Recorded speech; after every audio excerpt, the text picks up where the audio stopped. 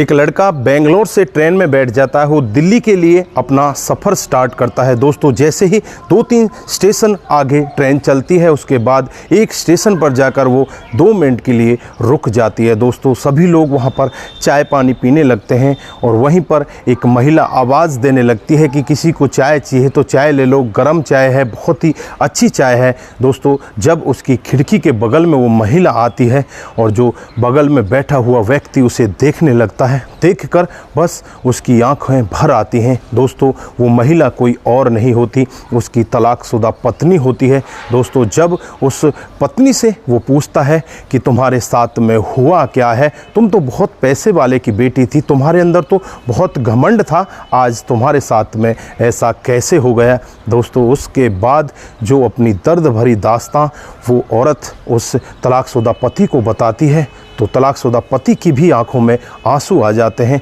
दोस्तों उसके बाद जो यहाँ पर होता है कभी किसी ने कल्पना भी नहीं की थी। दोस्तों आप भी पूरा मामला जानना चाहते हैं तो वीडियो को ज़रा सा भी स्किप ना करें, लास्ट तक वीडियो को ज़रूर देखें। आइए दोस्तों जानते हैं पूरा मामला क्या था। नमस्कार, जय हिंद। आप देख रहे हैं APH न्यूज़ राहुल रावत के साथ। तो दोस्तों आज की जो हकीकत की घटना बताने जा रहा हूं, ये राजधानी दिल्ली की हकीकत की घटना है। यहां पर राकेश नाम का एक लड़का जो देखने में बेहद ही खूबसूरत होता है, दोनाट प्लेस दिल्ली से उसके लिए एक लड़की देख ली जाती है जिसका नाम राधा होता है। दोस्तों राकेश और राधा की शादी हो जाती है। जो राधा होती है वो बहुत ही ज़्यादा पैसे वाले की लड़की होती है। जो राकेश होता है उसके पास इतनी धन दौलत नहीं होती।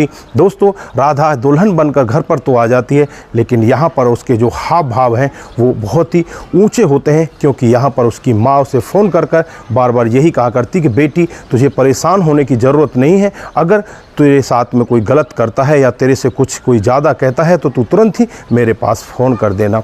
दोस्तों यहाँ पर जो राधा होती है ना तो अपनी सास ससुर की इज्जत किया करती, ना ही अपने पति की इतनी ज़्यादा इज्जत किया करती, बस वो तो अपनी मस्ती में रहा करती। दोस्तों यहाँ पर जो उसका पति होता है उससे बार बार यही कहता कि तुम ऐसा मत करो, हमें आगे अपना घर चलाना है, ठीक है तुम पैसे वाले की हो लेकिन मैं गरीब का हूँ, बेशक फिर भी हमारी इज्जत है और इज्जत के साथ तुम खिलवाड़ मत करो, तुम मेरे माता पिता की इज्जत किया करो और मेरे साथ भी अच्छे से रहा करो, तभी हमारा घर आगे चलेगा। लेकिन यहाँ पर तो राधा के मन में कुछ और ही चल रहा होता है।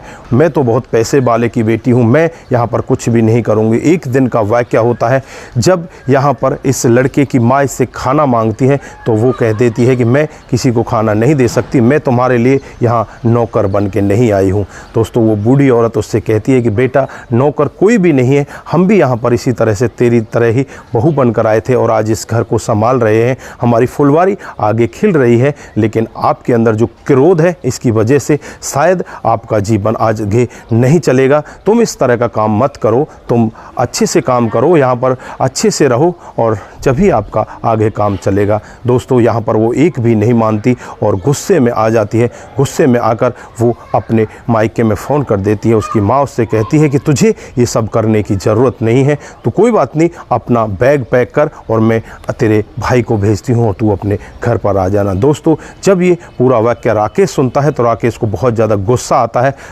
उसके बाद राकेश उसके सामने खड़ा हो जाता है और उससे कहने लगता है कि इस तरह से तू हमें छोड़कर नहीं जा सकती, हमारी बहुत बड़ी बदनामी हो जाएगी। तो यहाँ पर जो इसकी पत्नी होती है वो कहने लगती है कि मैं तुम्हारे पास तलाक के पेपर भिजवा दूंगी, मैं इस घर में रहना ही नहीं चाहती। दोस्तों छोटी सी बात होती है आपस में, घर कौन सा ऐसा है जहाँ पर छोटी मोटी बातें नहीं होती, लेकिन यहाँ पर जो पत्नी अपना रूप दिखाती है वो बहुत ही भयानक रूप होता है।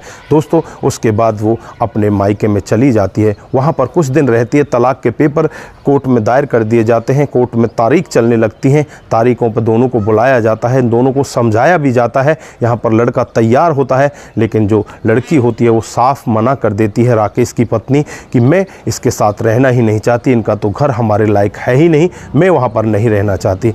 दोस्तों उसके बाद एक दिन ऐसा भी आ जाता है दोनों का तलाक हो जाता है और तलाक में जो जज साहब होते हैं यहाँ पर लड़के पक्ष को 6 लाख रुपए देने के लिए कहते हैं। 6 लाख रुपए और जो सामान है वो सारा सामान आपको देना होगा। दोस्तों यहाँ पर लड़का कहने लगता है कि मेरे पास तो इतना पैसा नहीं है, बाकी अगर आपकी ऐसी इजाज़त है तो मैं अपनी प्रॉपर्टी को बेच कर ये सब पैसा दे दूँगा। दोस्तों वो वहाँ पर अपनी कुछ एक दुकान होती है, उस दुकान को बेचता है, वो करीब 8 लाख रुपये की बिकती है, जिसमें से 6 लाख रुपये यहाँ पर अपनी पत्नी के मायके वालों को दे देता है। दोस्तों 6 लाख रुपए लेकर पत्नी वहाँ से अपने मायके में पहुँच जाती है और तलाक दोनों का हो जाता है। दोस्तों जो लड़का होता है राकेश, वो नौकरी करने के लिए बेंगलोर चला जाता है। बेंगलोर में उसे अच्छी नौकरी लग जाती है। वो दिन प्रतिदिन अपनी तरक्की करने लगता है। लगभग 2.5 से 3 साल का समय बीत जाता है और एक दिन का वाक़या होता है जब राकेश ट्रेन में बैठकर एक स्टेशन पर चाय पीने के लिए रुकता है तो वहाँ पर देखता है कि उसकी तलाकशुदा पत्नी, जो यहाँ पर बहुत ही ज़्यादा खूबसूरत हुआ करती थी, जो ऐसा कहती थी कि मेरे पास तो पैसे की कमी नहीं, आज वो चाय बेच रही है। उसके मन में बहुत सारे सवाल उठने लगते हैं, ऐसा इसके साथ में हुआ कैसे। फिर वो अपनी तलाकशुदा पत्नी के साथ उसी स्टेशन पर उतरता है और फिर उससे बातचीत करने लगता है। अब ट्रेन का जाने का समय हो गया, लेकिन उसकी पूरी बात नहीं हुई थी। वो ट्रेन को भी छोड़ देता है और वहीं पर बैठकर उसकी पूरी बातें सुनने लगता है। और जब पत्नी अपनी अपबीती बताती है तो बस पत्नी रो रो कर अपनी अपबीती बताती है। वो कहने लगती है कि मेरे साथ में बहुत गलत हुआ, मैंने जो निर्णय लिया वो बहुत ही गलत निर्णय लिया।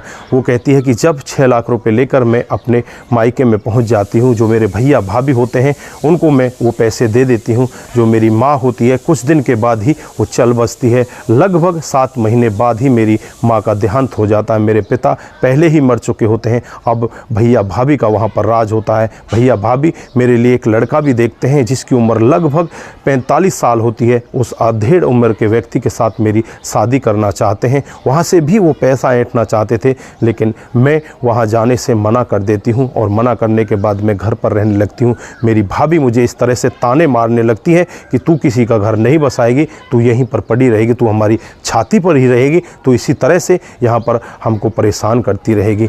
इधर जो वो खुद औरत होती है वो रोते हुए कहने लगती है कि मैं अगर अपने पति के घर होती तो आज सही होता, लेकिन मैंने खुद ने अपने पैरों पर कुल्हाड़ी मारी है, मैं अब वहाँ कैसे जाऊँ, मैंने खुद उनसे तलाक लिया है। दोस्तों वो रोती रहती है और जो उसके पैसे होते हैं वो कहती है कि मेरे कुछ पैसे दे दो, मैं कुछ काम धंधा कर लूँगी। लेकिन यहाँ पर जो भैया भाभी होते हैं कि कौन से पैसे, वो पैसे हमने ही तो तेरे लिए लगाए थे, हमारे पास कोई पैसे नहीं है। वो पैसे से भी मना कर देते हैं। और एक दिन हद तब हो जाती है जब भाभी मेरे से कह देती है कि तुम यहाँ रहने लायक ही नहीं हो, तुम यहाँ से जा सकती हो, यहाँ पर तुम्हारा कोई भी स्थान नहीं है।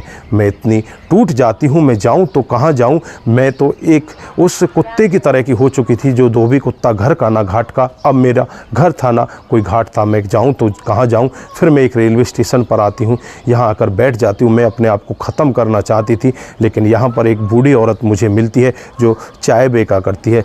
वो बूढ़ी औरत मुझे बेटी की तरह दुलारती है, पुचकारती है, मुझे अपने पास बिठाती है, मुझे समझाती है, मुझसे कहती है कि बेटा ज़िंदगी इतनी आसानी से नहीं मिलती जो तुम इसे इस तरह से ख़त्म कर रही हो। अगर तुम्हें कोई दुख है तो कोई बात नहीं, तुम मेरे पास रहो, यही तुम्हारा घर है, आज से तुम यहीं पर रहोगी। और मैं उस बूढ़ी औरत के साथ ही रहती हूँ। वो बूढ़ी औरत चाय बेचा करती है और मैं भी उसके साथ अब चाय बेचने लगी। मेरा यहीं पर गुजारा हो रहा है। दोस्तों जब पति इतनी सारी बात सुनता है तो पति की आंखों में भी आंसू आ जाते हैं और उससे कहने लगता है कि मैंने तुमको कितनी बार समझाया था कि तुम मान जाओ, तुम ऐसा कदम मत उठाओ, लेकिन दिमाग में जो भूत सवार था कि मेरी माँ मेरे साथ है, मैं पैसे वाले की बेटी हूँ, वो भूत तुम्हें ले डूबा। दोस्तों अब यहाँ पर जो तलाकशुदा पत्नी होती है अपने तलाकशुदा पति के चरणों में गिर जाती है और कहने लगती है कि मुझे माफ़ कर दो, मुझसे बहुत बड़ी गलती हुई है, क्या आप मुझे अपना सकते हो, मैं दोबारा आपके साथ आना चाहती हूँ, मैं आपसे शादी करना चाहती हूँ।